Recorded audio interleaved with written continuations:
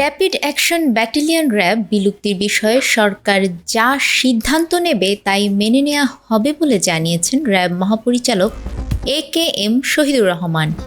এ সময় র্যাবের বিরুদ্ধে ওঠা গুম ও খুনের অভিযোগের জন্য ক্ষমা চান তিনি।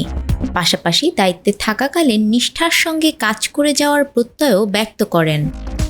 সমসাময়িক বিষয় ও সাম্প্রতিক আভিযানিক কার্যক্রম বিষয়ে বৃহস্পতিবার দুপুরে কারওয়ান বাজার র্যাব মিডিয়া সেন্টারে আয়োজিত এক সংবাদ সম্মেলনে তিনি এসব কথা বলেন।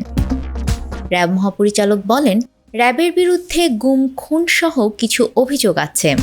র্যাবের দ্বারা যারা নির্যাতিত ও ক্ষতিগ্রস্ত হয়েছেন তাদের কাছে ক্ষমা প্রার্থনা করছি।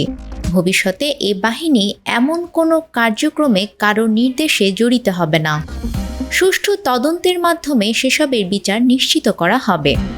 গত কয়েকদিন ধরে র্যাবের বিরুদ্ধে গুম খুনের অভিযোগের পাশাপাশি র্যাবের আয়নাঘর প্রসঙ্গে আলোচনা হচ্ছে।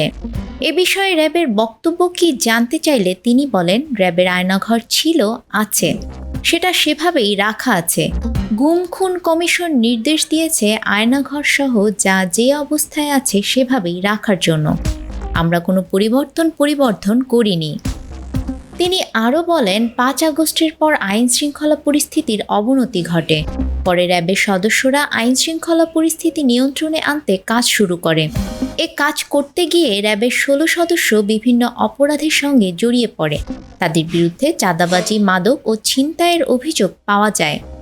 এছাড়া ছাত্র জনতার আন্দোলনে গুলি চালানো 23 জনকে গ্রেপ্তার এবং নির্দেশদাতাসহ 353 জনকে গ্রেপ্তার করা হয়েছে।